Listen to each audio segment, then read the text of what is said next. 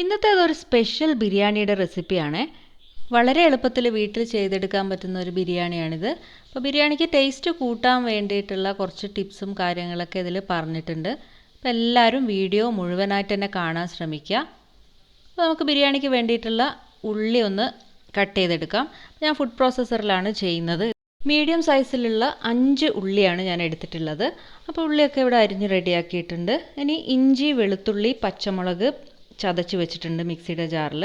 അപ്പം ഒരു കുടം വെളുത്തുള്ളിയും ഒരു വലിയ കഷ്ണം ഇഞ്ചിയും 3 പച്ചമുളകാണ് എടുത്തിട്ടുള്ളത്. നല്ല എരിവുള്ള പച്ചമുളകായതുകൊണ്ട് ഞാൻ 3 മാത്രമേ എടുത്തിട്ടുള്ളൂ. ബിരിയാണിയിലേക്ക് നമ്മൾ പ്രത്യേകിച്ച് മുളക് പൊടിയൊന്നും ചേർക്കുന്നില്ല. പിന്നെ 2 തക്കാളിയും കൂടെ കട്ട് ചെയ്ത് വെച്ചിട്ടുണ്ട്. ഇത്രയും കാര്യങ്ങൾ റെഡിയാക്കി കഴിഞ്ഞാൽ നമുക്കൊരു അടുപ്പത്തൊരു പാൻ വെച്ച് കൊടുക്കുക. നമ്മൾ ബിരിയാണി ഉണ്ടാക്കുന്ന പാത്രം ഏതാണോ അത് വെച്ച് കൊടുക്കുക. നമ്മൾ കട്ട് ചെയ്ത് വെച്ചിട്ടുള്ള ഉള്ളിയിൽ നിന്ന് പകുതി പോർഷൻ എടുത്തിട്ട് നമ്മൾ പാനിലേക്ക് ഇട്ട് കൊടുക്കുക. അപ്പോൾ ഞാൻ പാനിൽ ഒഴിച്ചത് വെളിച്ചെണ്ണയാണ്, ഓയിലോ നെയ്യോ ഒന്നുമല്ല. ഇപ്പോൾ വെളിച്ചെണ്ണയാണ് ഒഴിച്ചു കൊടുത്തിട്ടുള്ളത്. അപ്പോൾ വെളിച്ചെണ്ണ നമുക്ക് ബിരിയാണിക്ക് പ്രത്യേക ഒരു ഫ്ലേവർ തരും. അതിലേക്ക് 1 ടീസ്പൂൺ ഉപ്പും കൂടി ഇട്ട് കൊടുത്തിട്ട് ഒന്ന് ഇളക്കിയിട്ട് മൂടി വെക്കുക. അപ്പോൾ ഇനി തീ ചെറുതാക്കി വെച്ചിട്ട് നമുക്ക് വേറെ കാര്യങ്ങളെല്ലാം ചെയ്ത് വെക്കാം. ഞാനിവിടെ 500 ഗ്രാം അരിയാണ് എടുക്കുന്നത്. അപ്പോൾ 500 ഗ്രാം ചിക്കനും തന്നെ എടുക്കുന്നത്. ഒരു 600 ഗ്രാം കാണിക്കുന്നുണ്ട്. അത് പാത്രത്തിൻ്റെ വെയിറ്റും കൂടി ഉള്ളതുകൊണ്ടായിരിക്കും. അപ്പോൾ അരി ഈ ഗ്ലാസ്സിലൊന്ന് അളന്നെടുക്കണം. അപ്പോൾ ഈ ഒരു ഗ്ലാസ്സിന് 1.5 ഗ്ലാസ് അരിയാണുള്ളത്. ഈ സമയം നമുക്കൊന്ന് തുറന്ന് നോക്കാം. ഉള്ളി തുറന്ന് നോക്കി ഒന്ന് ഇളക്കി കൊടുക്കുക. വാടി വന്നിട്ടില്ല. ഇനി ഒന്നും കൂടി മൂടി വെച്ചിട്ട് നമുക്ക് ബാക്കി കാര്യങ്ങളെല്ലാം ചെയ്യാം. ഇനി ചോറിന് ആവശ്യമായിട്ടുള്ള വെള്ളം അളന്നെടുത്ത് വെക്കുക. അപ്പോൾ നമ്മൾ നേരത്തെ അരി അളന്ന ഗ്ലാസ്സിൽ 1.5 ഗ്ലാസ് അരിയായിരുന്നു ഉണ്ടായിരുന്നത്. അപ്പോൾ നമുക്കതിന് 3 ഗ്ലാസ് വെള്ളം എടുക്കാം. അപ്പോൾ ഓരോ അരിയും ഡിഫറെൻ്റ് ആയിരിക്കും വേവ്. എൻ്റെ കയ്യിലുള്ള അരിക്ക് 3 അതായത് 1.5 കപ്പ് അരിക്ക് 3 കപ്പ് വെള്ളം ആണ് ആവശ്യമായിട്ടുള്ളത്. അപ്പോൾ ഉള്ളി ഇവിടെ അത്യാവശ്യം നന്നായിട്ട് വാടി വന്നിട്ടുണ്ട്. നമുക്കിതിലേക്ക് ചതച്ച് വെച്ചിട്ടുള്ള ഇഞ്ചി, വെളുത്തുള്ളി, പച്ചമുളക് ചേർത്ത് കൊടുക്കുക. എന്നിട്ട് നന്നായിട്ടൊന്ന് ഇളക്കുക. അപ്പോൾ കുറച്ച് സമയം വെക്കുക. അതിൻ്റെ സ്മെല്ലൊന്ന് മാറട്ടെ, അതിൻ്റെ പച്ചമണം മാറുന്നവരെ വെക്കുക. ആ സമയം കൊണ്ട് നമുക്ക് ചോറിലേക്ക് ആവശ്യമായിട്ടുള്ള ഗരം മസാലകൾ, മുഴുവനെയുള്ള ഗരം മസാലകൾ എടുത്തു വെക്കാം. ഇപ്പോൾ അരി ഇവിടെ കഴുകി എടുത്തിട്ടുണ്ട്. ഈ സമയം നമ്മൾ ചേർത്തിട്ടുള്ള ഇഞ്ചി, വെളുത്തുള്ളി, പച്ചമുളകൊക്കെ ഒന്ന് ആയിട്ടുണ്ട്. അപ്പോൾ അതിലേക്ക് തക്കാളി ചേർത്ത് കൊടുക്കുക. തക്കാളി ചേർത്തിട്ട് നന്നായി വഴറ്റി മൂടി വെക്കുക. ഇനി വേറൊരു പാൻ അടുപ്പത്ത് വെച്ച് അതിലേക്ക് കുറച്ച് വെളിച്ചെണ്ണ ഒഴിച്ചു കൊടുക്കുക. വെളിച്ചെണ്ണ തന്നെയാണ് ഒഴിക്കുന്നത്. ഇത് നമ്മൾ നേരത്തെ മാറ്റി വെച്ചിട്ടുള്ള ബാക്കി ഉള്ളിയില്ലേ, അത് ഫ്രൈ ചെയ്തെടുക്കാനാണ്. അപ്പോൾ നിങ്ങൾക്ക് വേണമെങ്കിൽ കൂടുതൽ വെളിച്ചെണ്ണ ചേർത്തിട്ട് ഇതൊന്ന് ഫ്രൈ ചെയ്തെടുക്കാം. പക്ഷേ നമുക്ക് അത് പിന്നെ ബാക്കി എണ്ണ വേസ്റ്റ് ആവും. അതുകൊണ്ട് ഞാൻ കുറച്ച് മാത്രമേ ഒഴിച്ചിട്ടുള്ളൂ. ഇനി ഇത് നല്ലോണം ഇങ്ങനെ വഴറ്റി കൊടുത്താൽ ഫ്രൈ ചെയ്ത പോലെ തന്നെ കിട്ടും.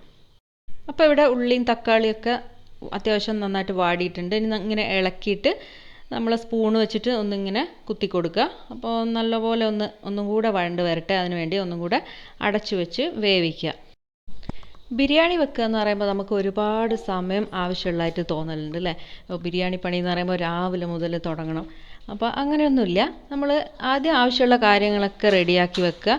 എന്നിട്ട് ഇതേപോലെ രണ്ടും ഒരു ഭാഗത്തുനിന്ന് മസാല തയ്യാറാക്കുക, ഒരു ഭാഗത്തുനിന്ന് ചോറ് റെഡിയാക്കുക. അതിനിടെ തന്നെ പോയിട്ട് അങ്ങനെ ഓരോ കാര്യങ്ങൾ ഒരുമിച്ച് ചെയ്താൽ പണി എളുപ്പമായിട്ട് തോന്നും. വേഗം തന്നെ കഴിയും. ഒരു 1-1.5 മണിക്കൂറിനുള്ളിൽ തന്നെ, 1 മണിക്കൂർ തന്നെ മതി.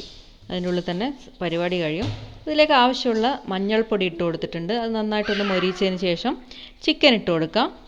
ചിക്കൻ കുറച്ചും കൂടെ ചെറിയ പീസായിട്ട് കട്ട് ചെയ്തിട്ട് ഇടുകയാണെങ്കിൽ പെട്ടെന്ന് തന്നെ വെന്ത് കിട്ടും. വലിയ പീസായതുകൊണ്ട് കുറച്ചധികം സമയം എടുക്കും. അപ്പോൾ നന്നായിട്ട് ഇളക്കിയിട്ട് മൂടി വെക്കാം. ഇനി നമ്മുടെ ഫ്രൈ ചെയ്യാൻ വെച്ചിട്ടുള്ള ഉള്ളി ഇവിടെ റെഡി ആയിട്ടുണ്ട്. ഇനി ഇത് കോരി മാറ്റാം. ഒരു പ്ലേറ്റിലേക്ക് മാറ്റി വെച്ചിട്ടുണ്ട്. ആ പാനിലേക്ക് തന്നെ നമുക്ക് കുറച്ചും കൂടെ വെളിച്ചെണ്ണ ഒഴിച്ചു കൊടുക്കാം. അപ്പോൾ വെളിച്ചെണ്ണയാണ് ഇന്നത്തെ ബിരിയാണിയുടെ ഹൈലൈറ്റ്. ഇതിലേക്ക് നമ്മൾ എടുത്തു വെച്ചിട്ടുള്ള പട്ട, ഗ്രാമ്പൂ, ബേ ലീഫ് ഇതൊക്കെ ഇട്ട് കൊടുക്കുക. ഏലക്കായ ഇടുമ്പോൾ ഒന്ന് പൊട്ടിച്ചിട്ട് വേണം ഇട്ട് കൊടുക്കാനായിട്ട്. ഇനി ഇതൊന്ന് ചൂടായി വരുമ്പോൾ നമുക്ക് ഒരു ക്യാരറ്റ് ചെറുതാക്കി മുറിച്ചത് ഇട്ട് കൊടുക്കാം. ഒരു ക്യാരറ്റിൻ്റെ പകുതി മതി. അപ്പോൾ ക്യാരറ്റ് ഇഷ്ടമല്ലെങ്കിൽ ചേർക്കണം എന്നില്ല. എന്നാലും ചോറിലിങ്ങനെ അവിടെ ഇവിടെ ചുവപ്പ് നിറത്തിൽ കാണുമ്പോൾ ഒരു പ്രത്യേക ഭംഗിയാണ്. അതിന് വേണ്ടിയിട്ട് ഇട്ട് കൊടുക്കാം. ഇനി ഇതിലേക്ക് ഒരു തണ്ട് കറിവേപ്പില കൂടെ ഇട്ട് കൊടുക്കാം. അപ്പോൾ ബിരിയാണിയുടെ റൈസിന് ടേസ്റ്റ് കൂട്ടുന്ന മറ്റൊരു ഘടകമാണ് ഈ കറിവേപ്പില. ഇതിലേക്ക് നമ്മൾ എടുത്തു വെച്ചിട്ടുള്ള വെള്ളം ഒഴിച്ചു കൊടുക്കാം. അപ്പോൾ 1.5 കപ്പിന് 3 കപ്പ് വെള്ളമാണ് നമ്മൾ എടുത്തിട്ടുള്ളത്. നിങ്ങൾ അരി പെട്ടെന്ന് വേവുന്ന അരിയാണെങ്കിൽ ഒരു 1/2 കപ്പ് കുറച്ചിട്ട്, അല്ലെങ്കിൽ 1 കപ്പോ 1/4 കപ്പോ കുറച്ചിട്ട് ഒഴിച്ചാൽ മതി കേട്ടോ. ഇതിലേക്ക് ആദ്യം കുറച്ച് ഉപ്പിട്ട് കൊടുക്കുക. എന്നിട്ട് നല്ലപോലെ ഇളക്കിയിട്ട് നമുക്ക് അടച്ച് വെക്കാം. ഇനി ഇത് തിളച്ച് വരട്ടെ. ആ സമയം കൊണ്ട് മസാല നമുക്ക് ചെക്ക് ചെയ്യാം. ഇപ്പോൾ ചിക്കനും മസാല, ഉള്ളി, തക്കാളിയൊക്കെ ആയിട്ടൊന്ന് മിക്സായി വന്നിട്ടുണ്ട്. ഇനി ഇതിലേക്ക് 1 ടീസ്പൂൺ പൊടിച്ചു വെച്ച കുരുമുളക് ഇട്ട് കൊടുക്കാം. 1 ടീസ്പൂൺ ഗരം മസാല പൊടി കൂടെ ഇട്ട് കൊടുക്കണം. ഇതിലേക്ക് പ്രത്യേകിച്ച് മുളക് പൊടി, മല്ലിപ്പൊടി ഇതൊന്നും ചേർക്കുന്നില്ല. നമ്മൾ ആദ്യം ചതച്ച് ചേർത്ത പച്ചമുളകിൻ്റെയും ഈ കുരുമുളകിൻ്റെയും എരിവ് തന്നെ ധാരാളമാണ്. ഇനി ഇതിലേക്ക് ഒരു 1/4 കപ്പ് തൈര് ഒഴിച്ചു കൊടുക്കുക. തൈര് ഒഴിക്കാൻ നിങ്ങൾക്ക് താല്പര്യമില്ല എന്നുണ്ടെങ്കിൽ ചെറുനാരങ്ങയുടെ നീര് ചേർത്താൽ മതിയാവും. ഇപ്പോൾ തൈരും ചിക്കനും മസാലയും എല്ലാം കൂടെ നല്ലപോലെ ഇളക്കിയിട്ട് നമുക്ക് ഉപ്പൊന്ന് ചെക്ക് ചെയ്യാം.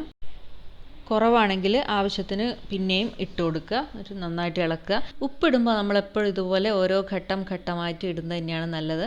ആദ്യം നമ്മൾ ഉള്ളി വഴറ്റുമ്പോൾ തന്നെ കുറേ ഉപ്പങ്ങ് ഇട്ട് കൊടുത്താൽ പിന്നെ അധികമായി പോവും.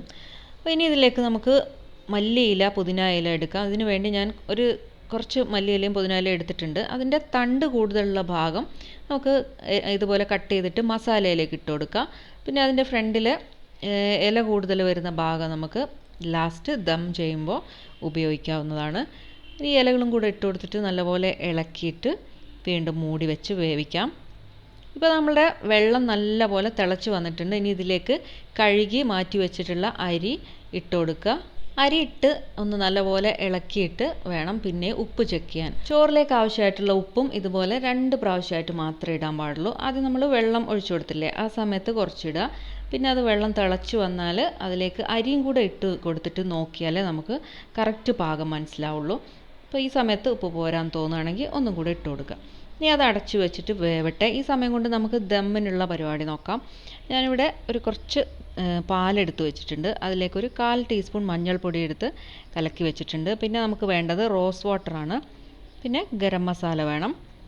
നമ്മൾ നേരത്തെ ബാക്കി വെച്ചിട്ടുള്ള മല്ലിയിലയും പുതിനയിലയും കൂടെ കട്ട് ചെയ്തെടുത്തിട്ടുണ്ട്. ഇതിലേക്ക് ഇനി 1-2 ടീസ്പൂൺ ഗരം മസാല പൊടിച്ചത് ചേർത്ത് കൊടുക്കാം.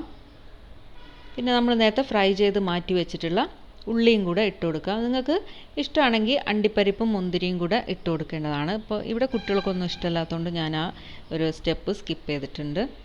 നമ്മൾ ചോറൊന്ന് തുറന്ന് നോക്കാം. ഇപ്പോൾ ഒന്ന് തിളച്ച് ചെറുതായിട്ടൊന്ന് വറ്റിയിട്ടുണ്ട്. അപ്പം ഇളക്കി എല്ലായിടത്തും ഒരുപോലെ എല്ലാ സാധനങ്ങളും എത്തത്തക്ക രീതിയിൽ ഇളക്കിയിട്ട് വീണ്ടും അടച്ചു വെക്കുക.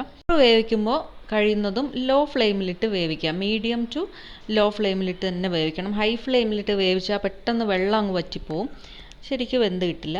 ഇനി നമ്മളുടെ മസാല ഒന്ന് ചെക്ക് ചെയ്യാം. ചിക്കൻ വെന്തിട്ടില്ല, ഇനിയും വേവാൻ കുറച്ചുകൂടെ സമയം എടുക്കും. അപ്പോൾ ലോ ഫ്ലെയിമിലിട്ടിട്ടാണ് വേവിക്കുന്നത്. എല്ലാം കൂടെ നന്നായിട്ട് ഇളക്കിയിട്ട് കുറച്ച് സമയം കൂടെ അടച്ച് വേവിക്കുക. നമ്മൾ ചോറൊന്ന് തുറന്ന് നോക്കാം. ഇത് ഏകദേശം വെള്ളമൊക്കെ വറ്റി വന്നിട്ടുണ്ട്. കുറച്ചും കൂടെ ഒന്ന് വേവാനുണ്ട്. അപ്പോൾ നമ്മൾ ലോ ഫ്ലെയിമിൽ തന്നെ വെച്ചിട്ട് കുറച്ച് സമയം കൂടെ വെക്കുക. അപ്പോൾ വെള്ളം നല്ലപോലെ വറ്റി വരുന്നവരെ വെക്കുക. ഇനി നമ്മൾ മസാല തുറന്നിട്ട് നമ്മൾ ഫ്രൈ ചെയ്ത് വെച്ച ബാക്കി ഉള്ളിയില്ലേ, അപ്പോൾ കുറച്ചുള്ളി നമ്മൾ മല്ലിയില, പുതിനയില അതിൻ്റെ പ്ലേറ്റിലേക്ക് ഇട്ടിട്ടുണ്ട് ദം ചെയ്യാൻ വേണ്ടിയിട്ട്. അപ്പോൾ ബാക്കിയുള്ളത് അത് 1/4 ഭാഗം ഇതിലേക്കിടുക. 1/4 ഭാഗം മാത്രം നമ്മൾ ദം ചെയ്യാനായിട്ട് മാറ്റി വെച്ചിട്ടുള്ളൂ. ചോറ് ഇവിടെ റെഡി ആയിട്ടുണ്ട്. അപ്പോൾ ഈ മസാലയിലേക്ക് ടേസ്റ്റ് കൂട്ടുന്ന ഒരു കാര്യമാണ് ഇപ്പോൾ നമ്മൾ ചേർത്ത ഫ്രൈ ചെയ്ത ഉള്ളി. ഇങ്ങനെ നിങ്ങൾ ട്രൈ ചെയ്തിട്ടില്ലെങ്കിൽ തീർച്ചയായും ഇതുപോലെ ഒന്ന് ട്രൈ ചെയ്ത് നോക്കണം. ഇപ്പോൾ ഈ ഉള്ളി നമ്മൾ മസാലയിൽ ഇപ്പോൾ ഫ്രൈ ചെയ്ത് ചേർത്ത ഉള്ളി ഉണ്ടല്ലോ, അത് മസാലയിൽ നല്ലപോലെ മിക്സായി വന്നിട്ടുണ്ട്. അപ്പോൾ മസാലയും ചോറും ദം ചെയ്യാനുള്ള സാധനങ്ങളൊക്കെ റെഡിയാക്കി വെച്ചിട്ടുണ്ട്. ഇനി നമുക്ക് ചോറ് ലെയർ ചെയ്യാം. മസാലയിലേക്ക് നമ്മൾ ചോറ് ഇട്ട് കൊടുക്കുക. അതിന് മുമ്പായിട്ട് നമ്മൾ ഇതിലുള്ള ബേ ലീഫ്, പട്ട, ഗ്രാമ്പൂ ഈ വക സാധനങ്ങളൊക്കെ നമ്മൾ കൈ കിട്ടുന്ന സാധനങ്ങളൊക്കെ ഒന്ന് പെറുക്കി മാറ്റുന്നത് നല്ലതായിരിക്കും. അപ്പോൾ അല്ലെങ്കിൽ കഴിക്കുന്ന സമയത്ത് ഒരു ബുദ്ധിമുട്ടാണ്. ഞാൻ എപ്പോഴും ഇതുപോലെ മാറ്റി വെക്കാറുണ്ട്. നമുക്ക് ചോറ് ഇതിലേക്ക് ഇട്ട് കൊടുക്കാം. മസാല ഒന്ന് കവർ ചെയ്യുന്ന രീതിയിൽ എല്ലാ ഭാഗത്തേക്കും ഒന്ന് സ്പ്രെഡാക്കി കൊടുക്കുക. ഇനി ഇതിൻ്റെ മുകളിലേക്ക് നമ്മൾ എടുത്തു വെച്ചിട്ടുള്ള മഞ്ഞളും പാലും കലക്കിയില്ലേ, അത് 1-2 ടീസ്പൂൺ ഇതുപോലെ ഒഴിച്ചു കൊടുക്കാം.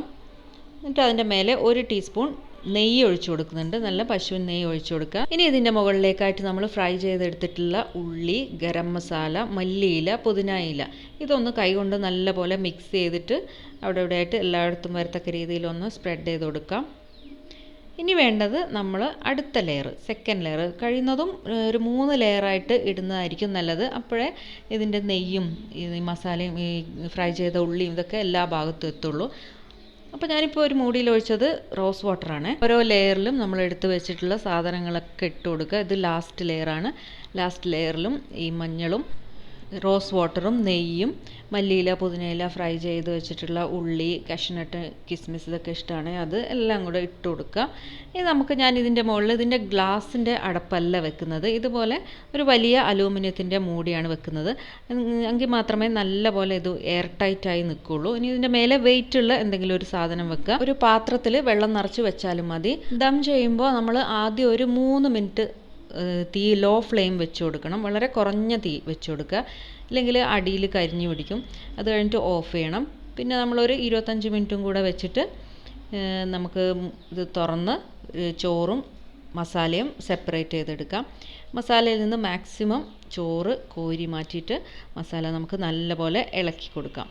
മസാലയിൽ ഇതുപോലെ കുറച്ച് അടിയിൽ വന്നിട്ടുള്ള കുറച്ച് ചോറ് അവിടെ ഉണ്ടെങ്കിൽ നല്ല ടേസ്റ്റ് ആയിരിക്കും. ഇനി നമുക്ക് ചോറും ഒന്ന് മിക്സ് ചെയ്ത് കൊടുക്കാം.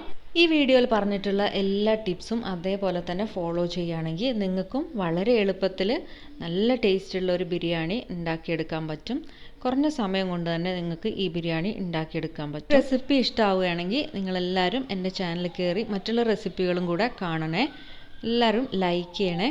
നിങ്ങൾ ഉണ്ടാക്കി നോക്കിയിട്ട് അഭിപ്രായം കമൻറ്റ് ചെയ്യണം. ഇനി സെർവ് ചെയ്യുന്നതിന് മുമ്പ് ബിരിയാണി ഒന്ന് ഡെക്കറേറ്റ് ചെയ്യാനായിട്ട് കുറച്ച് മല്ലിയിലയും പുതിനയിലയും ഫ്രൈ ചെയ്ത് വെച്ചിട്ടുള്ള ഉള്ളിയും കൂടി ചേർത്ത് കൊടുക്കുന്നുണ്ട്. ഈന്തപ്പഴ അച്ചാറും മാങ്ങ അച്ചാറും തൈരും ആണ് ഇതിൻ്റെ സൈഡായിട്ട് ഞങ്ങൾ യൂസ് ചെയ്തിട്ടുണ്ടായിരുന്നത്. അപ്പോൾ ഹാപ്പി കുക്കിംഗ്.